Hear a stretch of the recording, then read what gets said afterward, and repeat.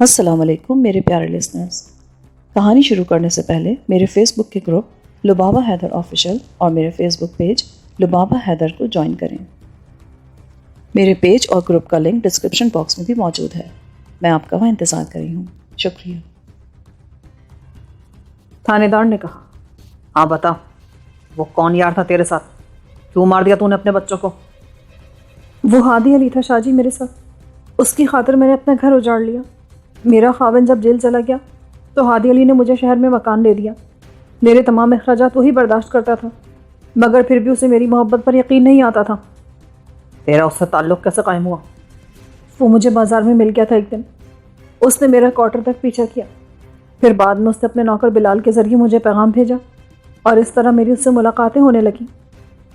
ملاقاتیں تو ہو گئیں تو تو نے کالے خان کو جیل بھجوا دیا، پر یہ بتا تو نے اپنے بچے کیوں مارے؟ تو ڈائن کیوں بن گئی؟ میں اس پر اپنا سب کچھ قربان کر سکتی ہوں شاہ جی۔ وہ کہتا تو میں اس کے ہاتھ سے زہر بھی پھانک لیتی۔ میں نے اس سے سچی محبت کی ہے، اس کے سوا مجھے دنیا میں کچھ اچھا نہیں لگتا۔ ہاں کیوں نہیں؟ عشق کی آگ ایسی ہوتی بیوی، آدمی کو اوپر سے بھی جلاتی ہے اور اندر سے بھی۔ پر تیرے بچوں کے کیا قصور تھا؟ ان معصوموں کو تم نے کیوں مار دیا؟ وہ میرا امتحان لینا چاہتا تھا۔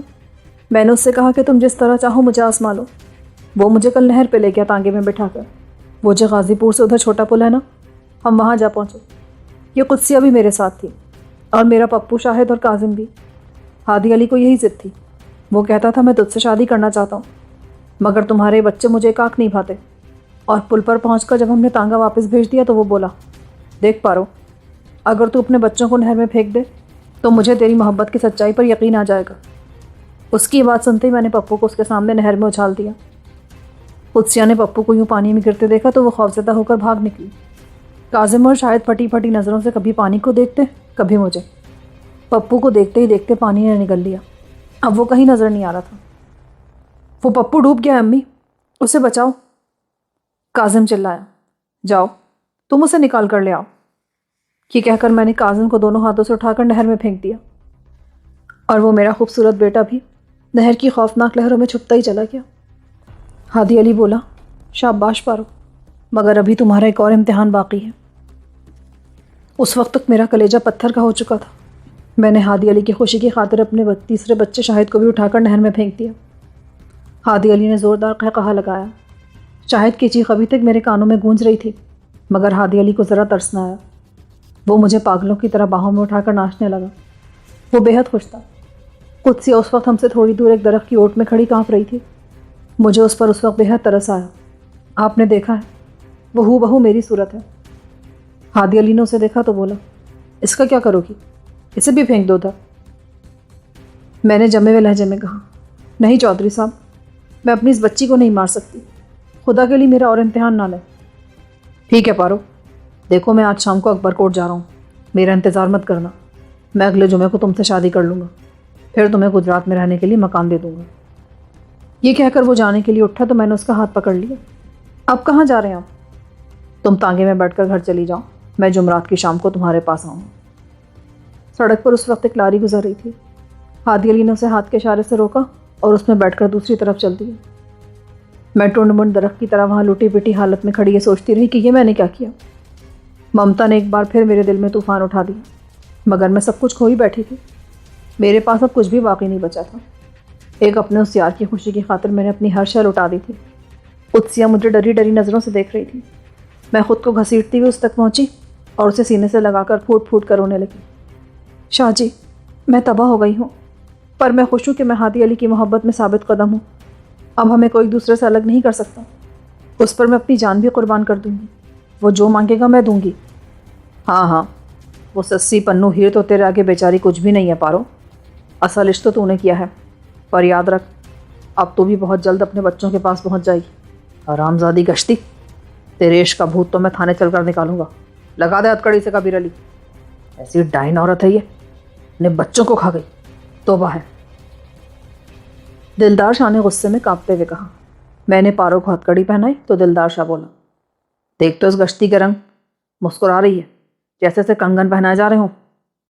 آپ دل کی لگی کو نہیں سمجھ سکتے تھانے دار صاحب، آپ اس منزل پر پہنچ ہی نہیں سکتے جو میں عبور کر چکی ہوں۔ یہ قید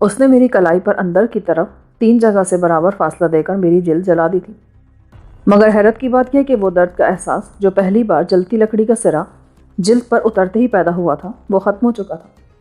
مجھے یوں محسوس ہوتا تھا جیسے میرا بازو سن ہو گیا تھا، میرے دل میں خوف کی کوئی رمق باقی نہ تھی۔ درد نے مجھ سے شرما کر گھونگھٹ نکال لیا تھا۔ جب وہ میری کلائی کو 3 جگہوں سے داغ چکا تو میں نے دیکھا کہ وہاں 3 ہلکے ہلکے زخم ابھر آئے ہیں۔ شاباش، اب وہ ذرا سی گرم گرم راکھ دے دے مجھے۔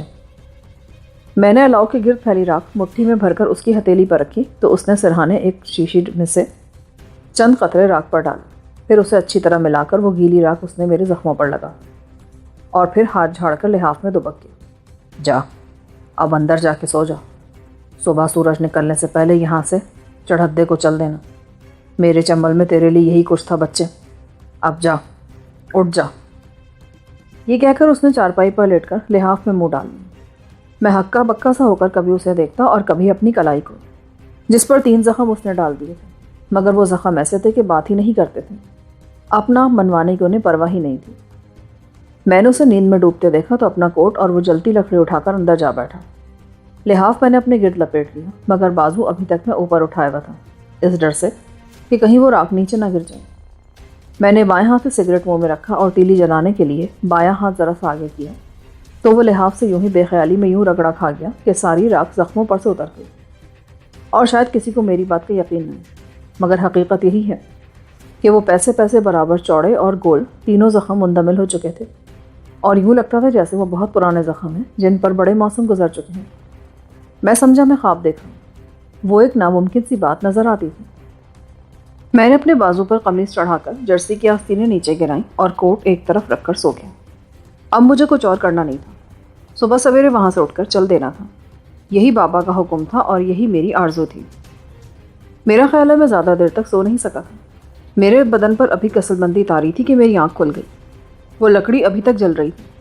میں نے باہر نکل کر سامنے نظر ڈالی تو صبح کی روشنی زیادہ دور نہیں تھی، سیاہی سے سفیدی الگ کی جا سکتی تھی۔ میں نے جھونپڑی کے اندر جا کر کوٹ پہنا، بوٹ کے تسمے باندھے، کمبل اوڑھا، سر پر پگڑی پٹکے کی صورت میں باندھی اور گن کندھے پر لٹکا کر میں جھونپڑی سے باہر نکل آیا۔ بابا لحاف میں منہ ڈال کر سویا ہوا تھا اور اس کے ہلکے ہلکے خراٹے اس بات کی گواہی دے رہے تھے کہ وہ گہری نیند میں ہے۔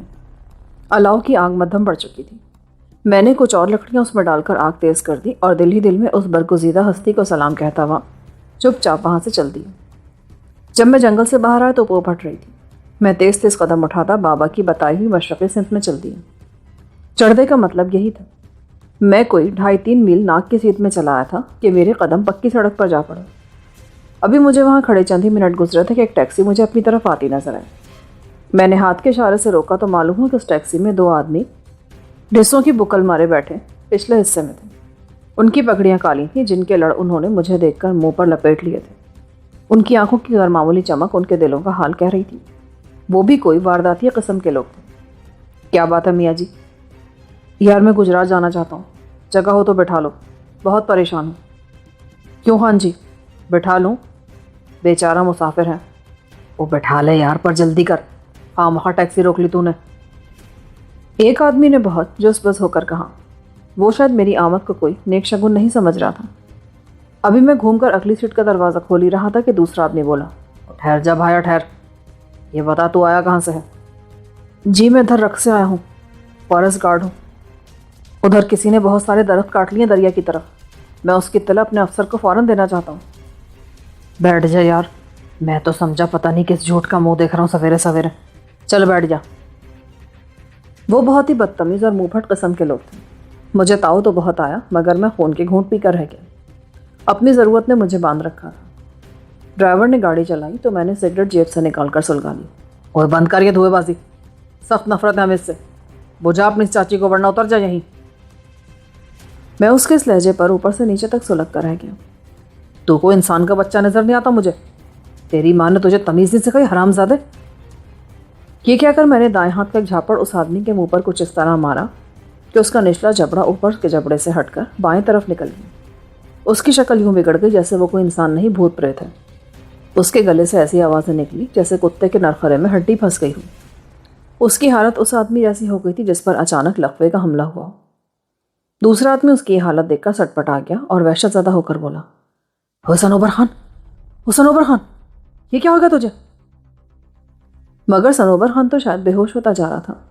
اس آدمی نے اس کا چہرہ ہاتھ میں لیا اور اس کے اپنی جگہ سے ہلے ہوئے جبڑے پر اس نے زوردار مکہ مارا، جس سے جبڑا فوراً ہی اپنی اصلی حالت میں آ گیا، مگر آواز اس کی پھر بھی نہیں نکل رہی تھی۔ اس کا رنگ ہلدی ہو گیا تھا۔ حسن اوبر خان، تو ٹھیک تو ہے نا میرے یار؟ اوہ بہن کے یار، یہ کیا کر دیا تو نے؟ تو جانتا نہیں ہمیں؟ یہ کہہ کر اس نے تیزی سے اپنے ڈب میں سے پستول نکال لیا، مگر پیشتر اس کے کہ وہ ہاتھ سیدھا کرتا میں نے دائیں ہاتھ سے اس کی کلائی پکڑ کر جھٹکا دیا، تو یہ دیکھ کر میں حیران رہ گیا کہ اس کی کلائی کی ہڈی تڑاک سے ٹوٹ گئی۔ پستول اس کے ہاتھ میں جھول کر نیچے گر گیا۔ اف میرے اللہ! اس نے جو درد سے بلبلا کر چیخ ماری تو ڈرائیور نے فوراً گاڑی کو بریک لگایا اور دروازہ کھول کر باہر نکل گیا۔ اس پر ایسی دہشت طاری ہو گئی تھی کہ جس کی کوئی حد نہیں۔ میں نے اسے ڈانٹتے ہوئے کہا، وہی کسی ڈرائیور کے کتے، رک جا ورنہ گاڑی کو آگ لگا دوں گا، چل ادھر۔ اگرچہ میں خود بھی گاڑی چلا سکتا تھا، مگر میں خواہ مخواہ کسی مخمصے میں نہیں پڑنا چاہتا تھا۔ ڈرائیور نے میری آواز سنی تو اس نے اپنے ہاتھ اوپر کیے اور پھر پاؤں پر لٹو کی طرح گھوم کر واپس آ گیا۔ بیٹھ جا اندر بھوتنی کے بندر، چلا اپنی اس ماسی کو، ان پر تو مجھے خواہ مخواہ ہاتھ اٹھانا پڑ گیا، چل اندر۔ وہ لرزتا ہوا اپنی سیٹ پر جا بیٹھا اور گاڑی سٹارٹ کر کے آگے چل دی۔ جس آدمی کی کلائی ٹوٹی تھی وہ درد سے بری طرح کرہا رہا تھا۔ صنوبر خان ابھی تک آنکھیں موندے پڑا تھا، سر اس کا سیٹ کی پشت پر ٹکا تھا اور وہ جھول رہا تھا۔ دکھا ادھر کیا ہوگا تجھے؟ بڑی تیز زبان چلا رہا تھا، سور کا تخم۔ میں نے اس کی کلائی کوہنی سے پکڑ کر دیکھی تو معلوم ہوا کہ اندر سے ہڈی بالکل دو حصے ہو چکی تھی، خون بالکل نہیں نکلا تھا، اس کی کھال صحیح سلامت تھی۔ میں نے کلائی کو ہاتھ لگا کر دیکھا تو درد سے وہ اتنا نڈھال ہوا کہ اس کے پسینے چھوٹ گئے۔ اور دیکھ، ان کو سیدھا اسپتال لے جانا، سمجھا کہ نہیں؟ ٹھیک ہے چودھری صاحب، میں نے سیدھا اسپتال لے جاؤں گا۔ ہاں، ان کو ان کے کیے کی سزا مل گئی ہے۔ میں آج ہی دکھا رہا تھا تو یہ سالے بکواس کرتے تھے، اب ان کو نصیحت ہو جائے گی آئندہ کے لیے کہ ہر ایک سے سینگ پھنسانا کتنا مہنگا پڑتا ہے۔ توبہ میری توبہ چودھری جی، کوئی ایسا ویسا مہنگا؟ ڈرائیور نے دونوں ہاتھ کانوں کو لگاتے ہوئے کہا۔ اس کا رنگ ابھی تک پیلا ہو رہا تھا۔ کہاں سے لایا تھا تو انہیں؟ بس جی ادھر تلواڑا گاؤں ہے نا، کل شام کو لے گئے تھے یہ مجھے، رات مجھے حویلی میں سلا کر خود یہ پتہ نہیں کہاں چلے گئے۔ صبح اذان کے وقت انہوں نے مجھے اٹھا لیا اور اب میں نے لے کر غوث پور جا رہا تھا۔ کتنے پیسے طے کیے تھے انہوں نے؟ 300 روپے۔ اور تو بھوتنی کا بھلکڑ چلا ان کے ساتھ؟ ابھی یہ تو شکل سے ڈاکو لگتے ہیں مجھے۔ شک تو مجھے بھی یہی پڑا تھا چودھری جی، پر میں پھنس گیا تھا نا جی، کیا کرتا، میں تو مزدور آدمی ہوں، جس نے کہا جدھر کہا چلنا پڑتا ہے، سواری کا محتاج ہونا جی، پر یہ بڑا گندا دھندا جی یہ ٹیکسی ڈرائیوری کا۔ اس نے اپنے پیشے کو گالی دی۔ ذرا گاڑی تو روک، میں اس کی کلائی تو باندھ دوں، یہ سالا تو بکرے کی طرح بیں بیں کر رہا ہے۔ اس نے گاڑی روکی تو میں نے گاڑی کے نیچے پڑی ایک لوہے کی چپٹی سی لے کر اس کی کلائی کے نیچے رکھی اور اپنے طور پر ہڈی کو ایک دوسرے سے ملا کر اس کی پگڑی سے کس کر باندھ دی۔ وہ چیخا تو بہت، مگر پھر بھی اس نے وہ پٹی بندھوائی لی۔ ادھر سے فارغ ہو کر میں پھر اپنی جگہ پر جا بیٹھا۔ چند منٹ کے بعد میں نے ایک نظر پیچھے ڈالی تو معلوم ہوا کہ اسے کچھ سکون سا محسوس ہونے لگا تھا، اور وہ جو دم بدم اس کی حالت غیر ہوئی جا رہی تھی اس میں قدرے اعتدال آ گیا تھا۔ البتہ وہ صنوبر خان ابھی تک غین ہو رہا تھا۔ گاڑی پھر آگے چل نکلی اور جب ہم گجرات پہنچے تو اس وقت صبح کے 6:30 بج رہے تھے۔ سورج 7 بجے طلوع ہوتا تھا۔ میں نے شہر کی بڑی سڑک پر پہنچتے ہی گاڑی چھوڑ دی۔ ڈرائیور نے مجھے بڑے ادب سے سلام کیا اور ٹیکسی بھگاتا ہوا فوراً ہی میری نظروں سے غائب ہو گیا۔ مجھے یقین تھا کہ وہ انہیں سیدھا اسپتال ہی لے جائے گا، کیونکہ انہیں طبی امداد کی فوری ضرورت تھی۔ لاہور کے لیے مجھے ٹیکسی ڈھونڈنے میں 10-15 منٹ لگ گئے، مگر کوئی کامیابی نہ ہوئی۔ تھک ہار کر میں بسوں کے اڈے پر جا پہنچا۔ وہاں ایک سرمئی رنگ کی نئی چمکتی دمکتی ٹیکسی کھڑی تھی۔ اس کے ڈرائیور نے خود ہی مجھے آواز دی، جسے غنیمت جان کر میں اس کے اندر جا بیٹھا۔ چل یار، مجھے لاہور لے چل۔ 100 روپیہ لگے گا چودھری جی۔ ٹھیک ہے دے دوں گا، مگر جلدی چل، کچہری کے وقت مجھے وہاں پہنچا دے۔ وہ خوش ہو گیا۔ ابھی لو جی، میری گاڑی تو راکٹ ہے، راکٹ، 45,000 میں خریدی ہے، 10 دن ہوئے، بالکل برانڈ نیو ہے، شو روم سے نکلوائی ہے میں نے۔ یہ کہہ کر وہ جھومتا ہوا گاڑی کو سٹارٹ کر کے لاہور کی طرف چل دی۔ اب میں بالکل مطمئن تھا، مجھے یقین تھا کہ اس نئی کار کو دیکھ کر راستے میں کوئی مجھے روکنے کی جرات نہیں کرے گا۔ افسوس مجھے اپنی حالت پر بہت تھا کہ اب میں اس قابل ہی نہیں رہا تھا کہ منہ کھول کر سڑک پر چل سکوں۔ مجھے اپنے سائے سے بھی وحشت ہوتی تھی۔ وہ بہت آرام دہ گاڑی تھی، جھٹکا شٹکا بالکل نہیں دیتی تھی۔ میں اس کی پچھلی سیٹ پر کمبل کو اچھی طرح اپنے گرد لپیٹ کر بیٹھ گیا اور سگریٹ سلگا کر اپنے مسائل و مسائل کی پستک کھول کر اس کے اوراق کی سیاہی کا اندازہ کرنے لگا۔ میرے ذہن چلتے چلتے ایک نقطے پر پہنچ کر رک گیا تھا۔ مجھے بابا کی وہ نشانی یاد آئی جو اس نے میری کلائی پر مہر کی صورت میں ثبت کر دی تھی۔ حیرت مجھے یہ تھی کہ میری ضرب میں اتنی بے پناہ قوت کہاں سے آ گئی تھی کہ میں نے ایک جھاپڑ مار کر صنوبر خان کا جبڑا توڑ دیا تھا اور اس کے ساتھی کی کلائی کو جھٹکا دیا تو وہ 2 ٹکڑے ہو گئی تھی۔ یہ اتنی ساری طاقت میری کلائی میں پہلے تو ہرگز نہ تھی۔ میں کسی کی گردن پوری قوت سے مسلتا تھا تب کہیں جا کر میری اسامی بے ہوش ہوتی تھی، مگر اب تو یہ شے بم بن گئی تھی۔ میں سمجھا میرا وہم ہے۔ ان سالوں کو میں نے یوں ہی بے خبری میں توڑ مروڑ کر رکھ دیا تھا۔ اگر وہ سیدھی طرح ارادے اور جذبے سے جم کر میری مزاحمت کرتے تو یوں نقصان نہ اٹھاتے۔ وزیر آباد سے گزرتے وقت میں نے ڈرائیور سے کہہ کر اخبار لیا تو اس کی بڑی بڑی سرخیاں پڑھ کر میرے خون کی گردش تیز ہو گئی۔ اخبار میں چودھری ہادی علی کے قتل کی خبر شہ سرخیوں میں چھاپی گئی تھی۔ مردہ حالت میں اس کی تصویر بھی اتاری گئی تھی۔ انہوں نے لکھا تھا کہ بلادر کی مسجد کے صحن میں کھڑے نامعلوم قاتل نے اس وقت چودھری صاحب پر گولیاں چلائیں جب وہ گاؤں کے مزاروں سے بات چیت کر رہے تھے۔ اس وقت اتفاقاً پولیس بھی کسی معاملے کی تفتیش کے لیے موجود تھی۔ پولیس کا ایک اور دستہ اس وقت اکبر کوٹ میں کسی ڈاکو کی تلاش میں سرگردہ تھا۔ نامعلوم قاتل نے نامعلوم وجوہ کی بنا پر چودھری صاحب پر حملہ کیا جو اتنا اچانک اور غیر متوقع تھا کہ چودھری صاحب موقع پر ہی ہلاک ہو گئے۔ اس نے اسٹین گن کے فائر سے گاؤں کے مزاروں کو بھی قتل کر دیا۔ ایک آدمی اس گولی سے سخت زخمی ہو گیا۔ قاتل نے پولیس کے آدمیوں سے ہتھیار رکھوائے اور چودھری صاحب کی گھوڑی پر سوار ہو کر بھاگ نکلا۔ عینی شاہدوں کا بیان ہے کہ قاتل نے اپنا منہ پگڑی کے پلے سے ڈھانپ رکھا تھا، اس لیے کوئی اس کو پہچان بھی نہ سکا۔ پولیس نے اس کا پیچھا کیا تو اس نے جوابی فائرنگ کر کے ایک سب انسپیکٹر کو گنے کے کھیت میں ہلاک کر دیا۔ قاتل کے پاس بے آواز چلنے والا پستول بھی موجود تھا۔ اس کی تلاش میں پولیس نے سارے علاقے کو گھیرے میں لے رکھا ہے اور امید ہے کہ وہ جلد گرفتار کر لیا جائے گا۔ غالب قیاس یہ ہے کہ اسے گاؤں کے کسی آدمی نے اپنے گھر میں پناہ دے رکھی ہے یا وہ جنگل میں روپوش ہو چکا ہے۔ خبر کی تفصیلات خاصی سنسنی خیز تھیں۔ خبر کا بقیہ پچھلے صفحے پر درج تھا، جس میں رپورٹر نے بڑے دکھ کے ساتھ عوام کو یاد دلایا تھا کہ 3 دن پہلے ایک قاتل اپنے مقتول کی لاش ریلوے کے 2nd کلاس کے ڈبے میں چھوڑ کر گجرانوالہ اسٹیشن سے اس وقت فرار ہو گیا تھا جب پولیس اسے گرفتار کرنے کے لیے اس ڈبے کو کھلوا رہی تھی۔ اس نے ڈبے کو اندر سے مقفل کر رکھا تھا۔ ڈبے میں موجود ایک معزز شہری نثار احمد کو ودموا کر کے چھوڑ گیا تھا اور اس نے اس کے کپڑے بھی اتروا کر گاڑی سے باہر پھینک دیے تھے۔ اس نے آگے چل کر یہ بھی لکھا تھا کہ صوبے میں امن و امان کی حالت روز بروز ابتر ہوتی جا رہی ہے اور پولیس بظاہر بے بس نظر آتی ہے کیونکہ صندوق میں بند سربریدہ لاش کے قاتل کو بھی پولیس ابھی تک گرفتار نہیں کر سکی۔ میں جی میں اس اخبار والے کو کوس رہا تھا۔ اس نے میرے خلاف لمبی چوڑی بکواس لکھی تھی۔ عینی شاہدوں اور ہادی علی کے مزاروں سے پوچھ کر اس نے میرا حلیہ درج کیا تھا۔ میرے کمبل کی رنگت تک اس نے لوگوں کو بتا دی تھی۔ مطلب یہ تھا کہ لوگ سالے ہر کالے کمبل والے کو روک کر پوچھیں کہ میاں کہیں ہادی علی کو تو نے تو قتل نہیں کیا۔ ہنسی مجھے اس بات پر آ رہی تھی کہ اس سالے نثار جیب تراش نے میرے سارے خدشوں کی تصدیق کر دی تھی۔ اس نے مظلوم بن کر پولیس کو یہی بتایا تھا کہ وہ ٹرنک میں نے گاڑی میں رکھوائے تھے جن میں کسی بد نصیب کی سرکٹی لاش تھی۔ خود وہ پولیس کے سامنے معزز شہری بن بیٹھا تھا۔ کار کا ڈرائیور کوئی بہت ہی بھلا آدمی تھا۔ اس نے راستے بھر مجھ سے کوئی بات نہ کی اور میں بڑے اطمینان کے ساتھ سفر کرتا رہا۔ اس نے ٹھیک 9 بجے مجھے لاہور پہنچا دیا اور میں اسے سیدھا آہو صاحب کے دروازے پر لے گیا۔ لے بھائی، 100 کے بجائے میں تجھے 120 دیتا ہوں، بڑی مہربانی تیری۔ وہ خوش ہو گیا۔ آپ کا بہت شکریہ صاحب جی، مہربانی۔ یہ کہہ کر اس نے گاڑی کا رخ بدلا اور انہی قدموں پر واپس چلا گیا۔ اخبار میں نے طے کر کے جیب میں ڈال لیا تھا۔ جب میں نے آہو صاحب کے دروازے پر دستک دی تو اندر سے مجھے نالو شیون کی صدائیں سنائی دی۔ کوئی عورت اوپر کی منزل میں بیٹھی بین کر رہی تھی۔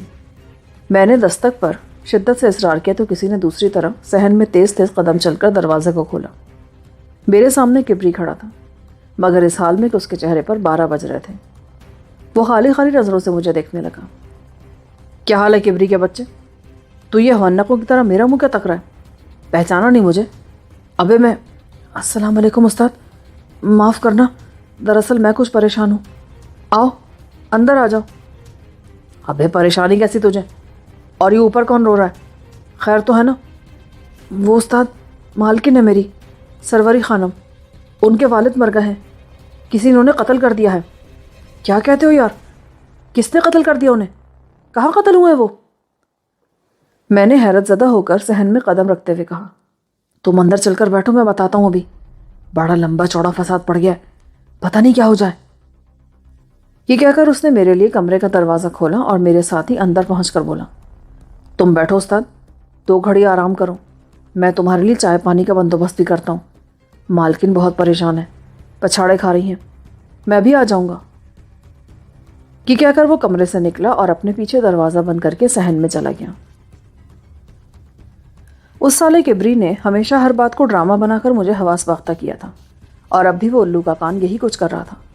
میں نے اسٹین گن سامنے کی الماری کے سب سے نچلے خانے میں چھپا کر رکھی اور جوتے اتار کر پلنگ پر بیٹھ گیا۔ لحاف وہاں موجود نہیں تھا۔ میں نے کمبل اچھی طرح اپنے گرد لپیٹا اور سگریٹ سلگا کر دھوئیں کے مرغولے بنانے لگا۔ میرے سارے بدن پر عجیب طرح کی تھکن طاری تھی۔ میں اپنے منصوبے میں پوری طرح کامیاب ہو کر لوٹا تھا، مگر اس بدماش کبری نے مجھے بدمزہ کر دیا تھا۔ اس نے یہ تک پوچھنے کا موقع نہ دیا کہ آہو صاحب کہاں ہیں اور کیسے ہیں۔ سالہ مالکن سے کہیں زیادہ پریشان لگ رہا تھا۔ کوئی پوچھے کہ مالکن کا تو خیر باپ مرا ہے، پر تیرا کون مر گیا؟ تو کیوں ٹسوے بہاتا پھر رہا ہے؟ دوسری منزل پر شاید کچھ عورتیں اور بھی آ گئی تھیں۔ رونے کی صدائیں اور زیادہ گمبھیر ہو گئی تھیں۔ میں نے اٹھ کر غسل خانے میں جا کر منہ ہاتھ دھویا اور پلنگ پر جا کر لیٹ گیا۔ کبری کسی طرح آ کے نہیں دے رہا تھا۔ میں سخت پیچوتاب میں تھا۔ مجھے ہر شے الٹ ہوتی نظر آ رہی تھی۔ میں آہو صاحب سے ان کے وعدے کے مطابق آسیہ کی رہائی مانگنے آیا تھا اور وہاں صفِ ماتم بچھی نظر آ رہی تھی۔ کبری کوئی آدھے گھنٹے بعد واپس آیا۔ وہ پہلے سے بھی زیادہ پریشان لگ رہا تھا۔ اپنے ساتھ وہ میرے لیے ناشتہ بھی لیتا آیا۔ آتے ہی بولا، استاد یہ لے تو چائے پی، گھر میں تو کسی کو کسی بات کا ہوش نہیں ہے۔ ابے کبری، یہ تو کب سے تنخواہ ہو گیا جو عورتوں کی طرح رو رہا ہے؟ دیکھ تو تیری آنکھیں کتنی سوجی ہوئی ہیں۔ بات ہی ایسی ہے استاد، وہ ہے نا اپنی سروری خانم، وہ میری مالکن، ان کے باپ کو کسی نے گولی مار دی ہے۔ تو پھر کیا ہوا؟ آدمی تو مرتے ہی رہتے ہیں، تو اس کے نطفے سے تو نہیں ہے نا؟ مذاق نہ کرو استاد، بہت بڑا آدمی تھا، میری مالکن کا باپ گجرات ضلع کا سب سے بڑا رئیس تھا وہ۔ کیا؟ گجرات کا؟ تیرا کیا مطلب ہے کبری؟ ہاں، اس کے قتل کے تو اخبار چھپ گئے۔ چودھری ہادی علی کا نام تم نے سنا ہے کبھی؟ چائے کی پیالی میرے ہاتھ میں لرز کر رہ گئی۔ یہ کیا کہتے ہو تم؟ وہ ہادی علی جس کی تصویر آج کے اخبار میں چھپی ہے؟ میرے دل میں ٹیس سی اٹھنے لگی۔ سارا کمرہ مجھے اپنی نگاہوں کے سامنے گھومتا نظر آ رہا تھا۔ ہاں، اسی کی تو بات کر رہا ہوں میں استاد، وہ آہو صاحب کا سسر تھا۔ اچھا، تو یہ بات ہے، اس آہو نے، یہ اس کا داماد ہوتا ہے؟ میں نے اپنے آپ پر ضبط کرتے ہوئے کہا۔ حیرت کا پہلا ریلا میرے وجود پر سے گزر چکا تھا۔ ہاں نا، اسی لیے تو وہ بھی صبح سے پریشان ہے۔ خاکر اخبار دے کر گیا تو میں نے پڑھا نہیں، بس اوپر لے جا کر وہ آہو صاحب کے سامنے رکھ دیا۔ ان کی نظر جو ہی اخبار کے پہلے صفحے پر پڑی، ان کا تو خون ہی خشک ہو گیا، بستر سے یوں اچھلے جیسے خود انہیں گولی لگ گئی ہو۔ حالانکہ اس خبیث کو تو خوش ہونا چاہیے تھا۔ میں نے بے خیالی میں کہا، کیا کہتے استاد؟ ایسی کمینگی کی بات تو نہ کرو، لوگوں کا خیال ہے کہ یہ سیاسی قتل ہے۔ ابے نہیں، خواہ دماغ اپنا خراب نہ کر، لے سگریٹ پی اور بھول جا اس قصے کو۔ آہو کہاں ہے اس وقت؟ وہ تو اخبار سروری بیگم کے آگے رکھ کر اسی وقت گھر سے نکل گئے تھے۔ تھوڑی دیر پہلے ان کا فون آیا تھا کہ وہ آدھے گھنٹے تک آ جائیں گے اور گاڑی میں گجرات چل دیں گے۔ اچھا، وہ آئیں تو انہیں میرا سلام بولو، کہو میں حاضر ہو گیا ہوں۔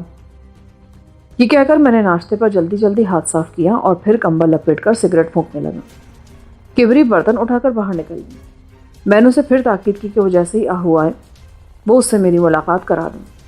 میرے دل سے اس آدمی کی عزت ہمیشہ ہمیشہ کے لیے ختم ہو گئی تھی۔ وہ ایسا یار آدمی تھا کہ اس نے ایک تیر سے 2 نہیں بلکہ کئی شکار مار گرائے تھے۔ اس کی منصوبہ بندی کی میں جتنی بھی داد دیتا وہ کم ہوتی۔ وہ بہت ہی کائنہ آدمی ثابت ہوا تھا، مگر یہ بات میری سمجھ میں نہیں آتی تھی کہ اس نے اپنے اس رشتے کو کیوں بالائے طاق رکھ دی۔ وہ صرف بڑے صاحب کو خوش کرنے کے لیے اس آدمی کو ٹھکانے لگوا دینے پر آمادہ نہ ہو سکتا تھا۔ بلا شبہ اس کے مقاصد کہیں زیادہ گہرے اور وسیع تر ہوں گے۔ کسی بڑے فائدے کی امید نے اسے یہ کام کرنے پر آمادہ کیا ہوگا، ورنہ وہ ایسا خوفناک فیصلہ کبھی نہ کرتا۔